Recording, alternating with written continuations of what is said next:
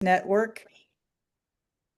Just starting off with why we're here, why Great Education Colorado exists. And that's our vision that through public education, very important phrase, every Colorado student, regardless of their zip code, learning needs, language, identities, color of their skin, that every student graduates prepared to lead their best life. And our mission, the way that we add value in the constellation of education groups is that we harness the power of grassroots activism, diverse, inclusive networks and coalitions to guarantee that public schools in every Colorado community are welcoming and adequately, equitably, and sustainably funded. We are just trying to build community and bringing in new folks and continuing with our longtime advocates. We're going to put in the chat next month's link. We will have it again later on. So if you don't catch it this time, no problem. Our usual commitments: move up, move back, make sure that your voice is in the room and that you're allowing room for everybody else. We have a lot of wisdom together, and we always assume positive intent, but acknowledge the impact that we may have with our words. I am excited. I've been previewing this for a couple of months, but we finally got it. This is my last time driving, I believe. Our new public affairs coordinator, Kristen Winnock, and I'm going to turn it over to her for a moment just to introduce herself. Hi, everyone. My name is Kristen Winnock. I use she, her pronouns, and I'm super excited to start working with you all at Great Ed. I just celebrated my 1-year anniversary of living in Colorado.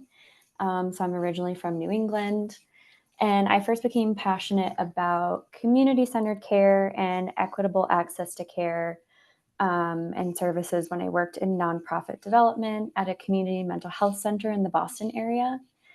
Since then, I went back to school and got my master's in social work with a focus on policy. So you may hear me refer to myself as a macro social worker. I've worked with students and young people organizing for reproductive justice. And most recently, I was working with low-income Coloradans fighting for renter protections. I'm a proud public school graduate myself, and I have a lot of amazing teachers in my life. So I'm really excited to use both my passion and my experience to work with you all and advocate for fully funded and equitable schools. And I'm also really fired up about Tabor, which I'm sure I have in common with a lot of others on the call. So I'm really excited to be here and look forward to meeting and working with you all. Thanks so much. Thank you, Kristen. It is so great to have you on board, and you'll be hearing from her again in a little bit. So we talked today, our theme is about how action is the antidote to angst. So before we talk about how to let go of the angst, we are going to be reviewing some of the things that are causing more of it right now with the updates. You'll be familiar with some of these. The Colorado budget. We had an economic forecast last month. And I thought that this summary from the Colorado Fiscal Institute is particularly clear. The forecast, because of the anticipated economy, the possibility of inflation and recession, revised everything downward from the March forecast. So as you'll recall, the legislature had to cut $1.2 billion below for the year that just started on July 1st. They had to cut $1.2 billion out of the budget below just keeping up with inflation and case growth. And they did that with, many have referred to it as duct tape and baling wire. They got all the change out of the cushions. They used one-time dollars, and now we need to find, based on that lower service budget, another $700 million. This is before the big billionaire boondoggle passed. This is before we have to deal with Medicaid cuts, et cetera, and we'll have to see what happens with the economy. So that's one piece of bad news. The update is many of you have seen this kind of graph before. It just shows the light color bars above that dark line. That dark line is the Tabor limit. And you can see in 22, 23, those were the years that there were about $3 billion to give back. As a result of sort of reduced revenue, but also the ways that the rebate has been given back in more long-term tax tax cuts. We end up in a place where we do not expect large Tabor surpluses in near future. The first place that that Tabor surplus goes now is to property tax relief for homestead exemption, for veterans homestead, for Gold Star families. And at this point, it does not look like the surpluses, at least for the next 2 years, will be even enough to cover those property tax reductions. Then there is the passage of the reconciliation bill. Many of you took action to tell our senators to get the vouchers out of the big bill. They did not quite come out. There is a sort of different, more limited tax credit in some ways. The good news is that Colorado would have to actively opt in for this tax credit to be available for Colorado taxpayers to give $1,700 to a scholarship giving organization and get that $1,700 taken off of their tax burden. So as long as Colorado doesn't opt in, it appears that it will not have an impact in Colorado. However, it has an impact nationally because all of those tax credits are funding that would have come into the federal government and could be used for education and other things. We're also anticipating SNAP and Medicaid cuts, SNAP being what used to be called food stamps. In a lot of cases, the implementation, like the work requirements for Medicaid, don't happen until 2027, conveniently after the next election. However, in order to be fiscally responsible, the legislature is going to have to think about what kind of funding needs to be withheld in order to meet the obligations and the moral obligations and fiscal obligations the year after that. Any questions up until this point? And I can't see the chat, so if anybody. Evie has a question. Okay. So Lisa, I've had a couple of different discussions about when the state has to opt in. Some people say the governor can do it. I think that we have to have the legislature do it. What is your understanding? I had that conversation today with Lisa Escarcega, who was on the state board, who was having the same question. There are some, I haven't read the language. I think it's really a critical issue for us to wrap our brains around.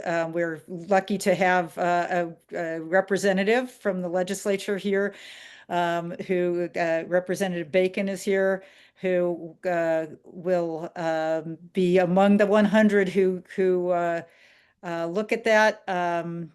We also need to, it would just be good to make sure that our governor understands that the voters do not want him to opt in to such a program. But so I don't have the answer, Evie, but it's a really critical question that we need to look at. So I was Googling this voucher thing, and at least in one of the websites I found, it said states have to opt out versus opting in. So I'm confused. My understanding is opt in, but there were 900 pages in that bill, and God knows what's going to come out in the wash.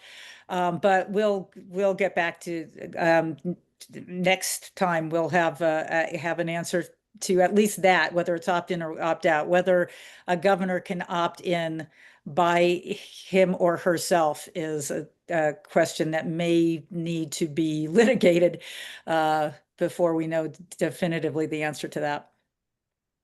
There is one more development that's really important for folks to know about, and that is that on July 1st, school districts across the nation expected what happens every July 1st, and that is that there is a deposit of funds as appropriate by the regulations and statutes that comes into school districts for teacher and student support, for programs for ELL and migrant students, before and after school programs. I believe adult literacy is in there. There is just this package of federal dollars that's supposed to come in on July 1st, and they did not. It's somewhere between $6 and $7 billion that's being withheld nationally, and in Colorado, it is $71 million. Great Ed is fortunate to have a superintendent on our board, Superintendent Kirk Banghart from Garfield RE2, which is in Rifle. And I asked Kirk to come on to talk about what that means in his one district, what it means when the federal government decides not to send out money that was duly appropriated by Congress. So I'm going to stop the share and let you, I think there is Kirk. So Kirk, can you just give some real detail and concreteness to what it means when you just hold back when the government does such a thing? Sure. Happy to talk about it. I appreciate it. Unfortunately, as Lisa said, these funds were appropriated to districts. Unfortunately, it happened right in the middle of what is normally when we apply for a consolidated application. Districts are always in the process of allocating these funds. And unfortunately for us as a district, these funds really impact us because we are a district that serves a lot of ELL students.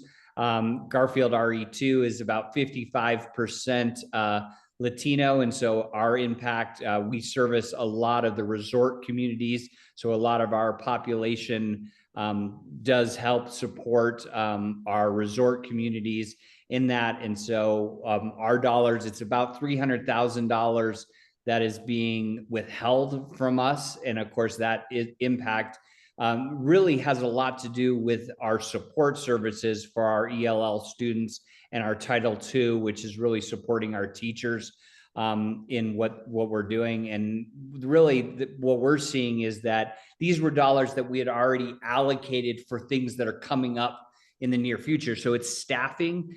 We have liaisons who are helping support our Title III students. These are staff members who are already hired, that are employed. And so what we're having to look at is, what does that mean for us? Are we going to have to lay people off that are already employed? Are we going to have to supplant that with district funds that are already allocated for other locations? And so this was not only really impacting what we're doing as a system, but we do not have replacement funds for where this is going to come from, and done in a very untimely way, because in our budgeting process, this was way out of whack for where we do our funding in the process of doing it. And so unfortunately, this is not something that we were expecting as a district in a budgeting process.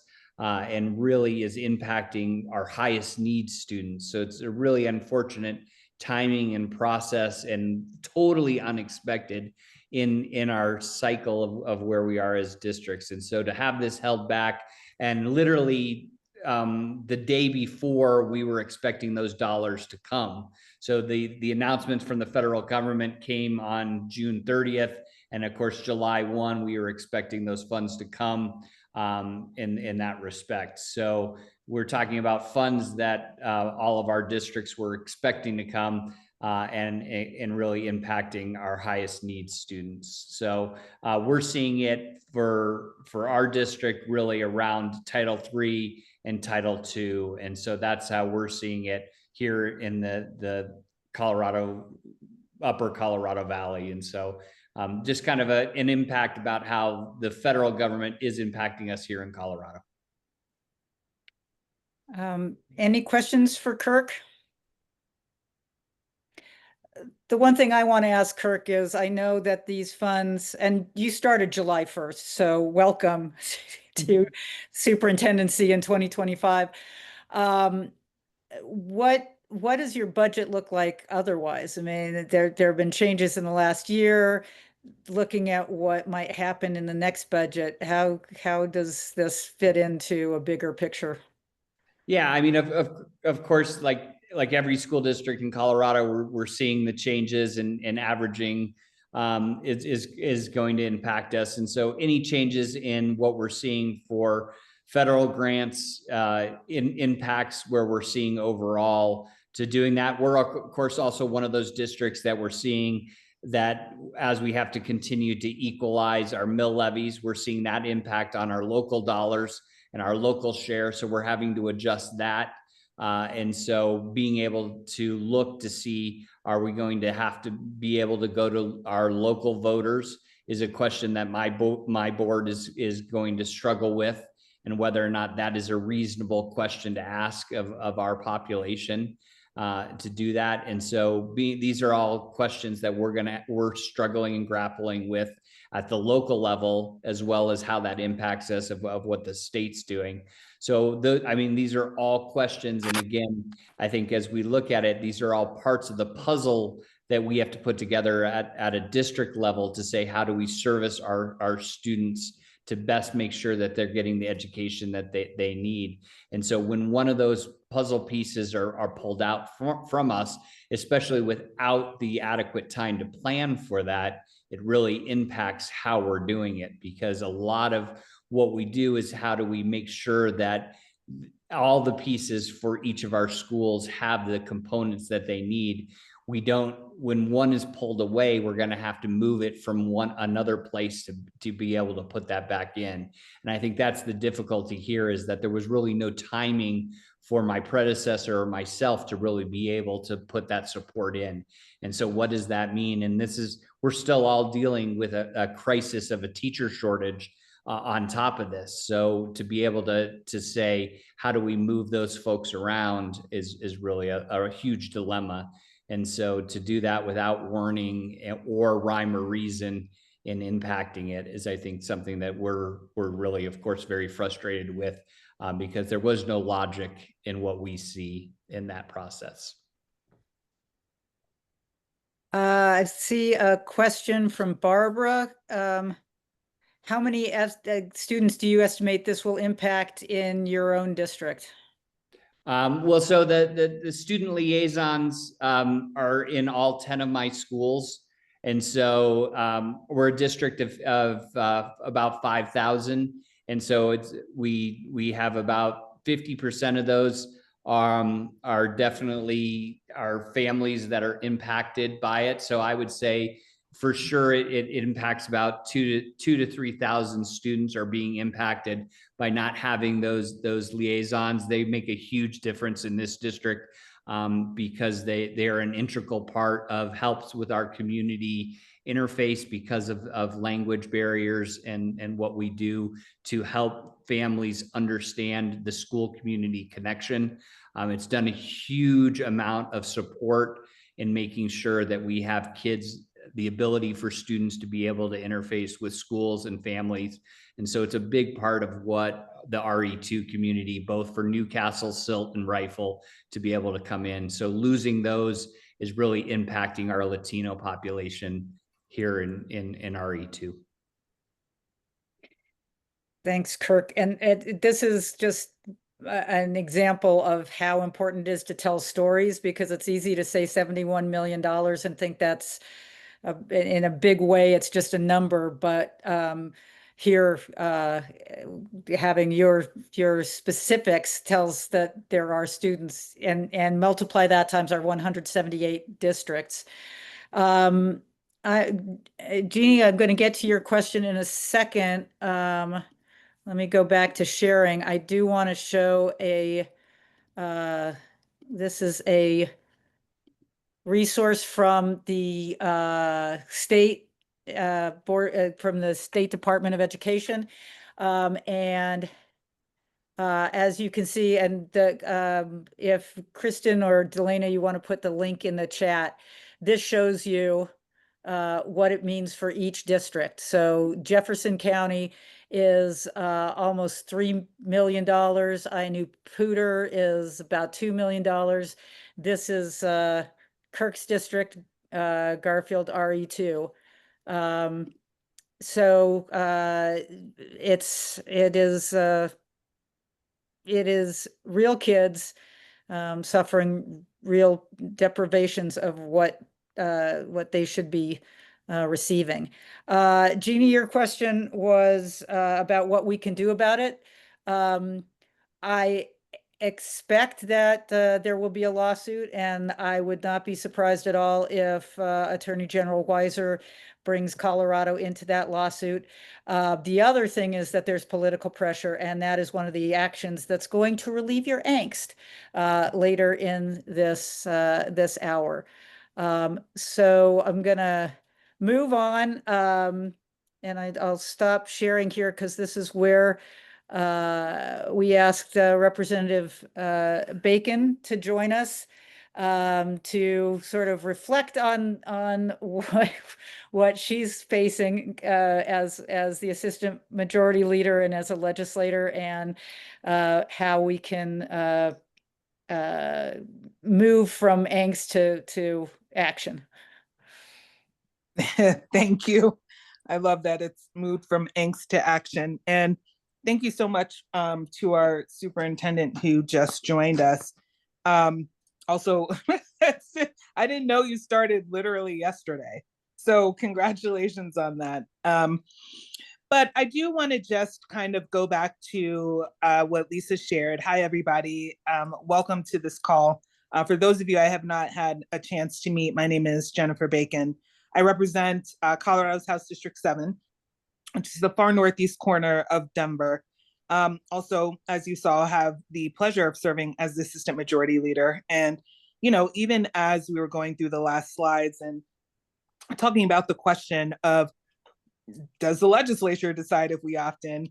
I just want you to know that there are questions that are still outstanding. However, I do know that what we are gearing up to do, and I will speak as the assistant majority leader, which means I speak for the majority, and that is the Democratic caucus, that we are now aware of our budget. And for what it's worth, we do need to be pushed, I think, by all of our constituents we need to be pushed on reminders of what is important to our constituencies right now. And so I want to talk to you a little bit about the slides that you just saw, and then some work that I'm doing in partnership with Grade Ed to kind of prepare the legislature for the upcoming sessions.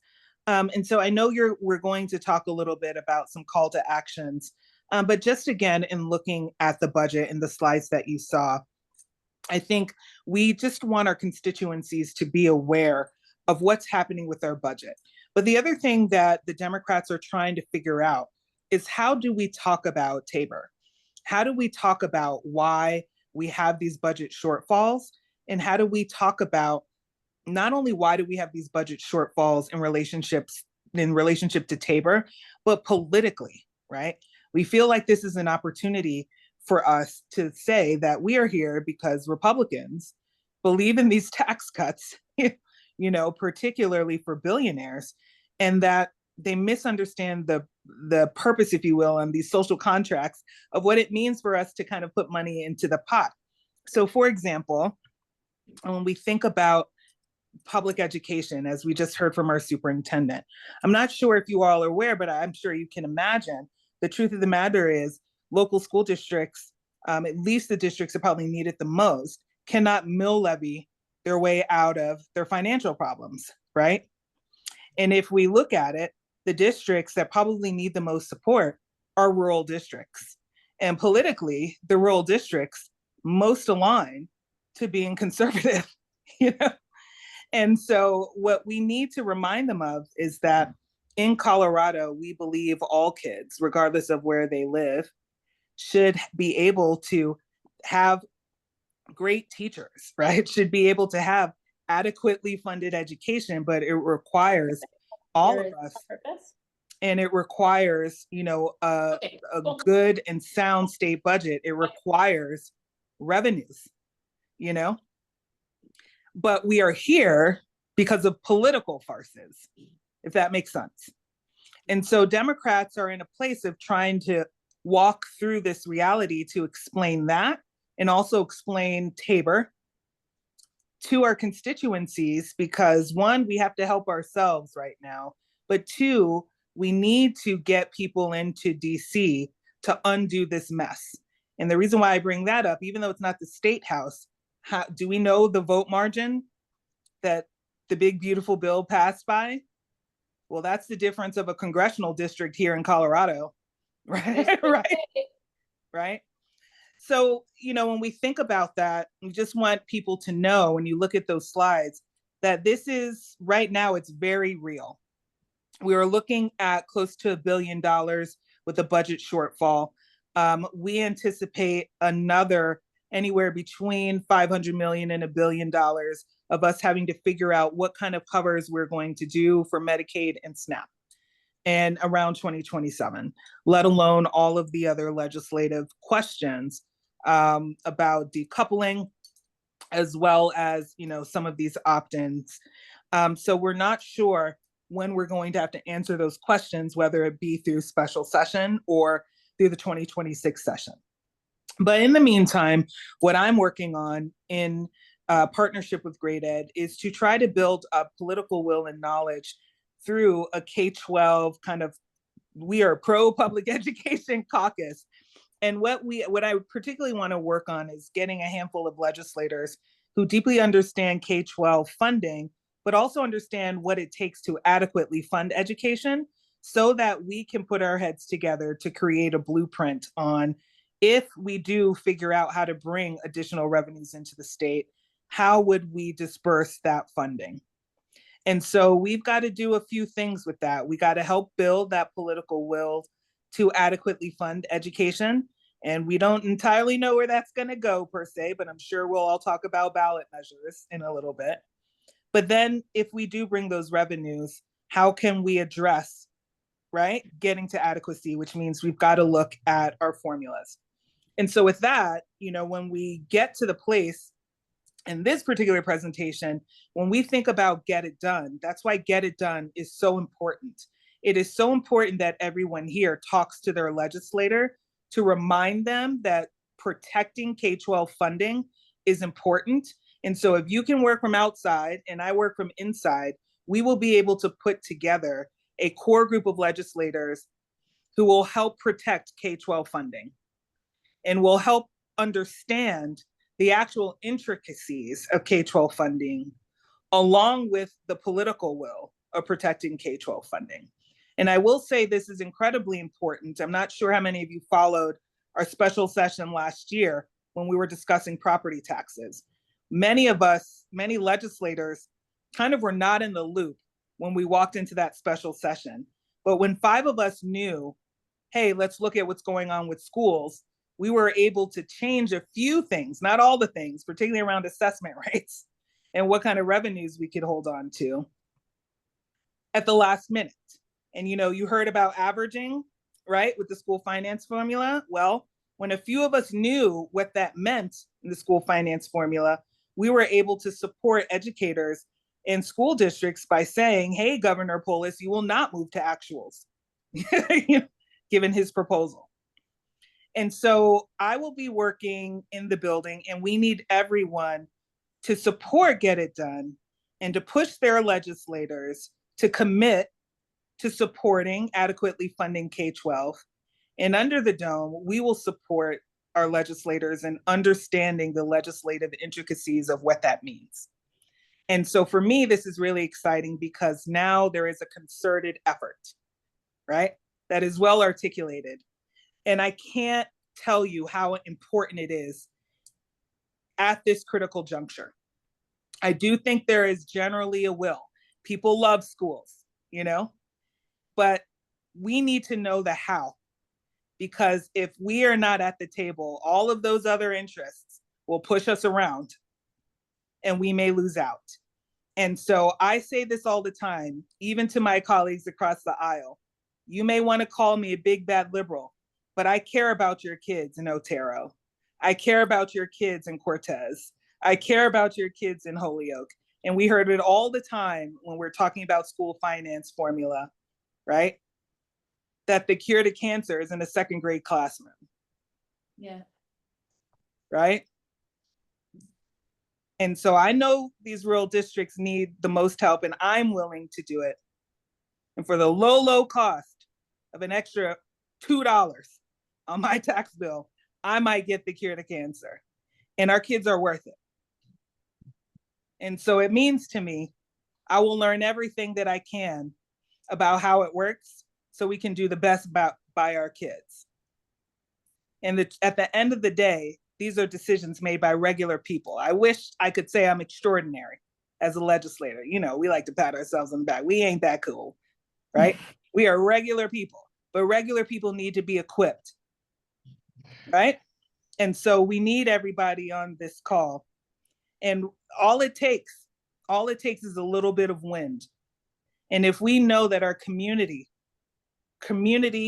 knows, wants, and believes in this, we can protect K-12, and we can also push us to the places where we know we need to be in these days, because we can believe that there's a light at the end of the tunnel. So I hope that helps. And just know that there are people who want to do this work, and that all of you are on our team. And we just need to kind of realize that and see you all doing it. So thank you for that, Lisa. Thank you for the time, but would also love to answer any questions that you all might have as well.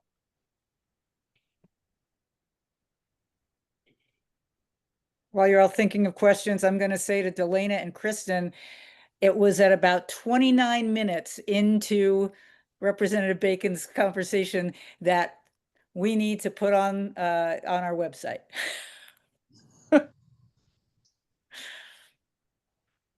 Yep. All right. Derek.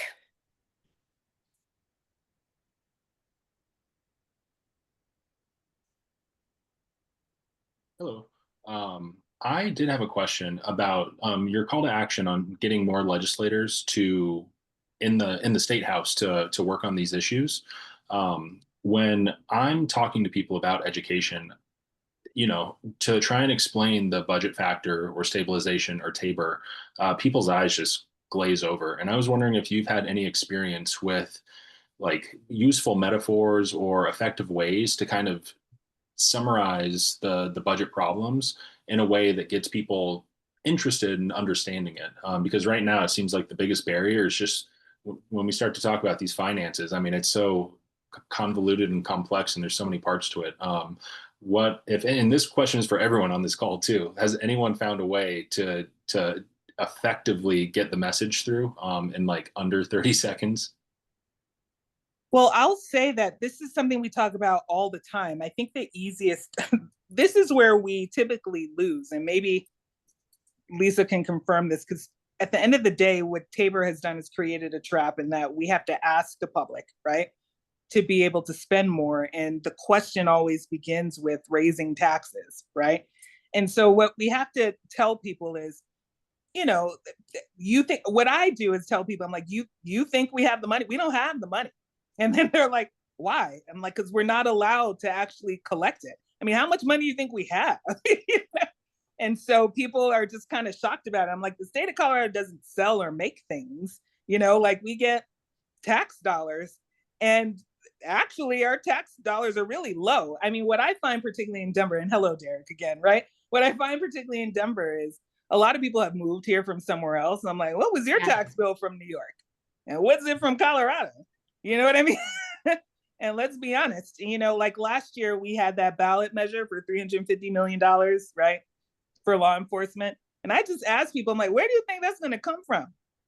And I'm like, because what's going to happen next year, it's either going to be, are we going to pay for teachers? You know what I mean? Because there are going to be some things on the ballot that are ridiculous. And we're going to have to say, do you want to support teachers or do you want to support, you know, another cop or something like that? You know what I mean?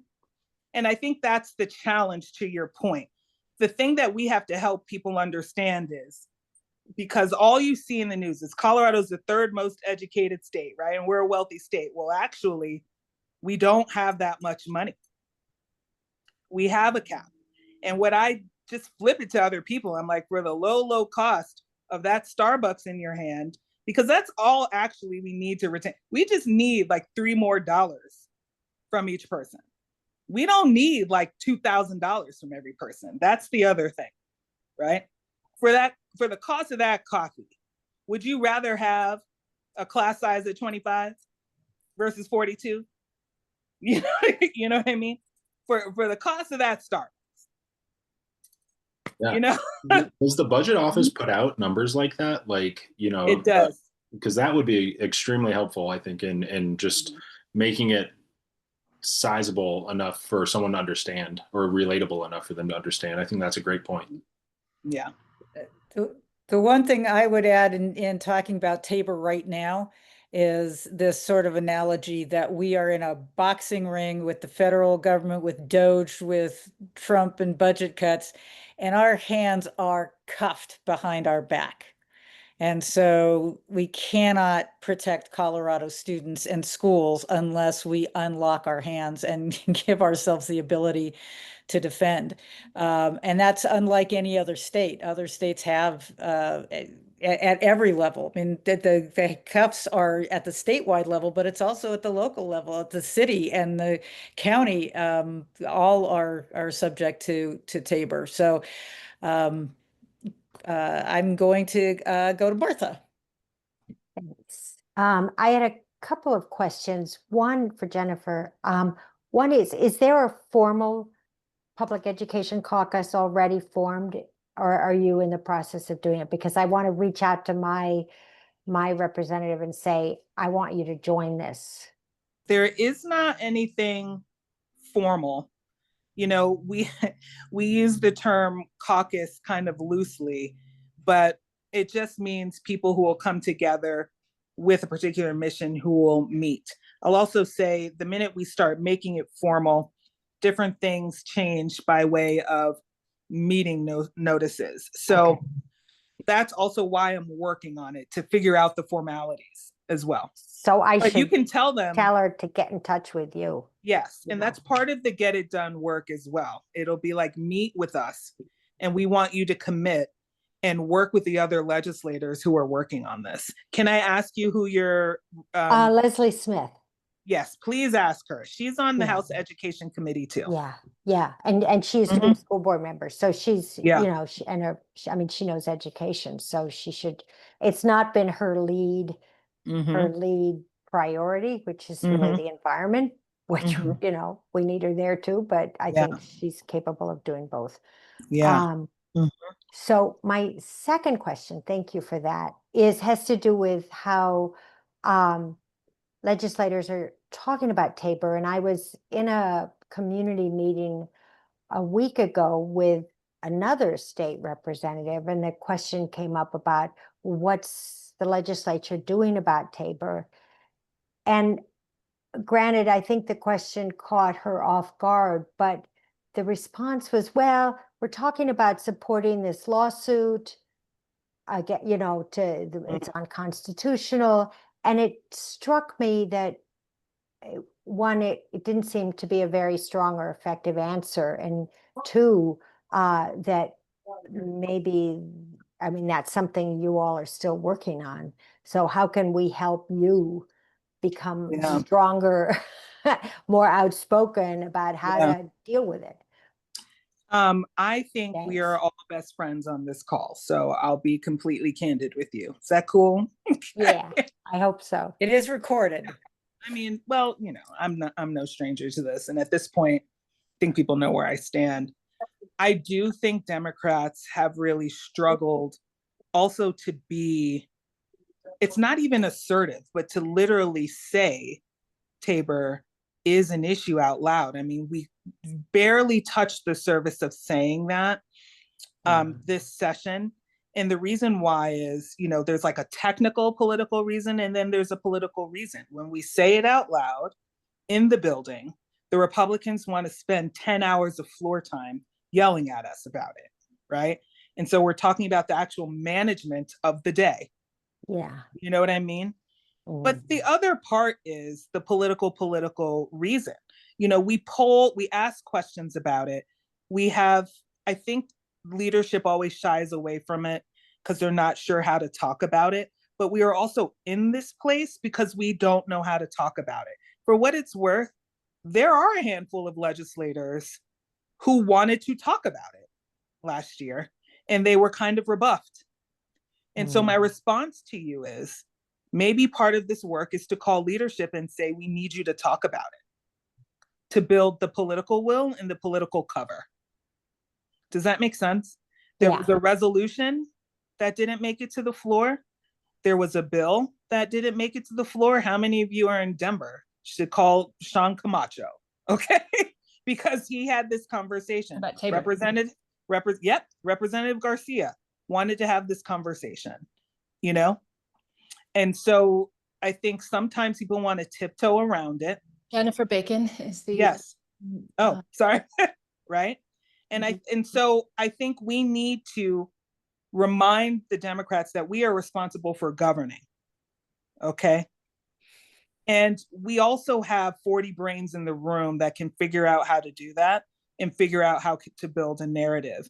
But I do think we might need some political cover as well as some help to figure out the narrative. And that's why I think it's an interesting time. If we do not talk about this $1 billion hole that Donald Trump has created, because part of me is like, I need to tell Coloradans, we are still paying the same amount in federal income taxes, but we are getting less. We were already getting less. Colorado's a donor state. Interestingly, all the states that Donald Trump hates, the coasts and blue states, put more in than we get back out. We get 90 cents on the dollar. And that was before these cuts. So we're all paying the same amount in federal taxes. We're getting so much more less. When Medicaid is cut, someone is going to have to pay for that. Either someone won't get health care and they'll be outside on the street. We will either pay for their health care through state taxes or we'll put them in jail. And that also costs $100,000 a year. Someone is going to have to pay for it.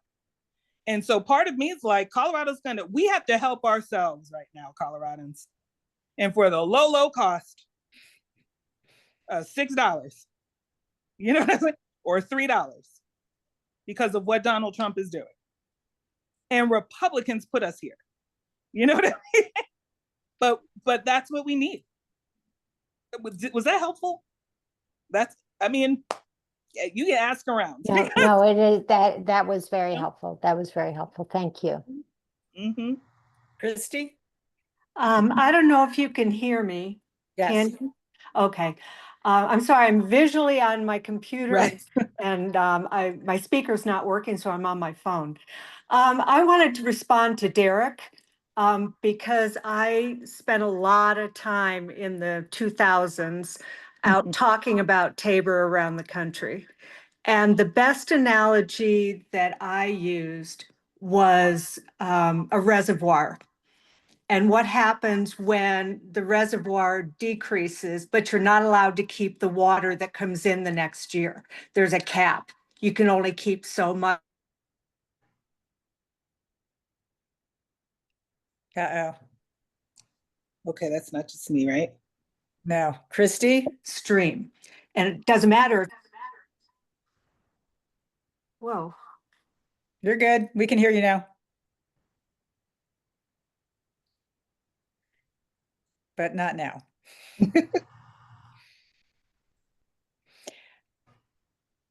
Okay. I don't know how much you heard. If I unmute here, does that help? Well, now we have an echo. Now you're echoing. Okay. I'm going to get off on my computer. Okay, I'm just on my phone now. Is that better? Yes. Okay. I don't know what you heard, But what I used to, because I dealt with that all the time, because when you're trying to explain fiscal policy, it goes right over people's head. And my part of the Coloradans talking about Tabor is the fact that I'm just a regular citizen. I lived rurally. We had a small business, 4 kids. I was not politically active in any way, shape, or form. And my knowledge was what I had been able to pick up from what was happening. So when I spoke, I talked about the reservoir and what happens when you go into a drought, or a recession, or, whatever you want to equate it to, but mine was the drought. And so then the next year it rains and rains and rains, but you can't keep it. You can only keep a certain amount. You have to let the rest go downstream. Does that help at all?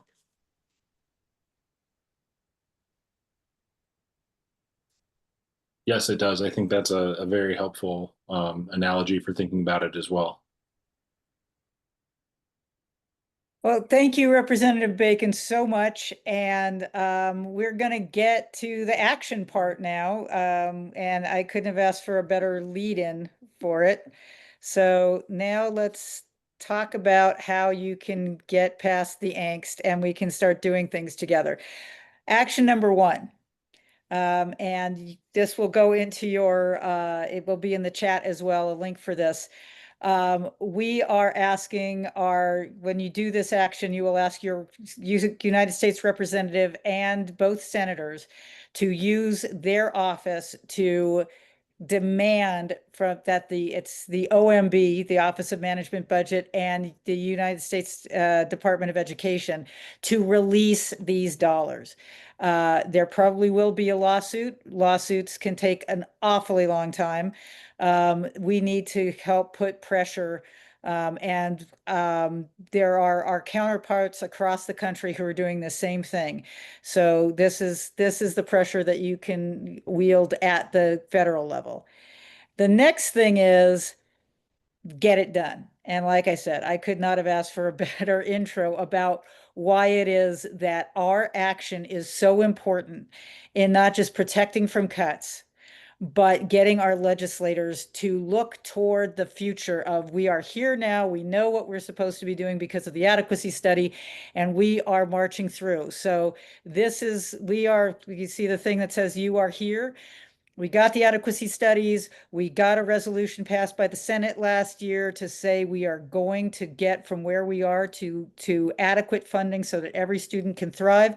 And this May to December is sort of this group that Representative Bacon is pulling together to say, okay, let's not think about where's the money going to come from, but when we get it, how are we going to apply it in the most effective, equitable way? And so that's where we're at. And then everything that we do here to build local teams is going to allow us to get the blueprint passed and to get something changed at the ballot that is going to change our trajectory. Because frankly, if we don't do something in 2026, 2027 is going to be, it's going to make these years look easy budget wise. So the actual action, I'm going to send back over to Kristen. Hi again. For those who might have missed my intro, my name is Kristen Winnock. I'm the new Public Affairs Coordinator for Great Ed. And I'm super excited to help build these local teams and really build up the Advocates Network. And I'd love to start doing that by setting up one-on-ones with our most dedicated advocates, many of whom I know are on this call today.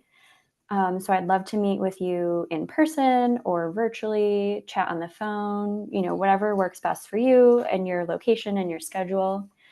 The goal of our conversations together will be for us to get to know each other and for me to start learning about each person's individual motivation for working with Great Ed and why you want to advocate for fully and equitably funded schools. And honestly, I'm also just really excited to learn from the wealth of knowledge and experience that I know we have in this group. Again, I'm 1 year into living in Colorado, and I've picked up a lot, but I know you all have been in this fight for a long time. So I'm really excited to collaborate with all of you. And these meetings will be some of the first steps in launching our action ambassadors to plug into Public School Strong, to meet with your decision makers like Representative Bacon was talking about, to invite new folks into the Action Network, and even eventually like take the lead in some of our advocacy efforts down the road. So I'm really excited to get to meet you all again and to learn about why you are with us to get it done. So to that end, please write "I'm in" the chat, or you can also send me an email. My email's up on the screen. It's Kristen W. Apparently there was a previous Kristen here. So kristenw@greateducation.org. And I will reach out to you all to start setting up those meetings. So again, please, sound off in the chat, or you can send me an email and I'll be in touch. Thank you, Kristen. As you can imagine, we are really excited to have Kristen's energy and passion and just great competence in this space, because what we need to do, as Representative Bacon said, is to put the pressure on our folks on our legislators to learn more. I don't know how many of you on this call have had the experience I have of talking to somebody who says, "Oh, I'm not on the education committee, so you don't have to talk to me," or "No, I'm totally pro public education. Don't waste your time on me." It is not wasting time, no matter who your legislator is. It's important to get them to understand it's important to us, so that they have to do more than just say, "Yeah, I'm all with you." We also want to, this goes to the rural schools, we want this to be bipartisan. Quality education is a bipartisan issue, and I will say that Great Education Colorado is nonpartisan, and so nothing here is intended to be telling you how to vote on an election. But we do have the opportunity, especially with rural legislators who have sometimes 20, 30, or even 40 school districts in their Senate or House district, to get them to recognize how important this is, and how if we don't do something in 2026, there will be school districts that are not going to be able to make it. And so this is, so no matter where you are, we need you to work in teams, and we're going to be putting those together. And some of you did the Public School Strong training last year. And it is looking more and more likely that we will be working with Public School Strong and in conjunction with CEA. So the last action that we have for you is, and I was going to put some visual there, but I didn't. We have a booth at the Black Arts Festival, Friday, Saturday, Sunday. There will always be a staff member there, but we really want to have 2 people around at all times, so that we can have real conversations, so that we can meet people who are in the other booths. So this, the Black Arts Festival is just, it's an amazing annual event. And so if you are interested in just spending a couple hours, you can sign up for a slot, and that link is also in the chat. Yes, Kristen, I can't see it. Yes. So it's a fun place to be. If you're if you want to do early or late to avoid heat, totally get you. But we really do want to have a great showing there, and really have as many conversations about why join the Every Student Welcome Network, why be part of Get It Done, why write to your congressmen and their congress people and senators to tell them to release that money. So would love to have you there. Any questions? Well, I'm going to put this up one more time, and we'll put the link back in the chat for getting ready for next month. We've got a few minutes left where people can comment, ask questions, talk about victories or challenges. So I'm going to stop sharing and just give folks a minute to ask questions or make comments or suggestions about what you'd like to see next month, this kind of thing. Lisa, this is Dawn. I'm trying to, here, let me see if I just want to make a comment that even though grade ed is K-12, correct? You're really K-12. P12, but very P-12, P-12, right. That what might be coming up there is the issue with the State Board of Regents. And I think that people just need to be prepared that it comes up and then just make it clear that, you know, because with Wanda James. And do you want to give a little background, Donna, for folks? Yeah, well, there's an issue. There was an issue that came up with the board, the CU Regents, and it was there was some a research part of CU Hospital that was doing research on the impact of marijuana, especially on young people, used some were a little biased, and she brought that to their attention. And then there's this whole issue about whether or not there was a, and I'm not voicing anything about that, but whether there was some kind of conflict of interest because CU was funding research that was ostensibly to find, you know, they're looking for the impact of overuse of marijuana, and she's the only Black female-owned marijuana dispensary, I think, in the state. And there was some rumors around that she had gone to talk to the governor and about maybe taking the rumors that, and he says that didn't happen, about not having money spent on that kind of research and how things just start to flare up.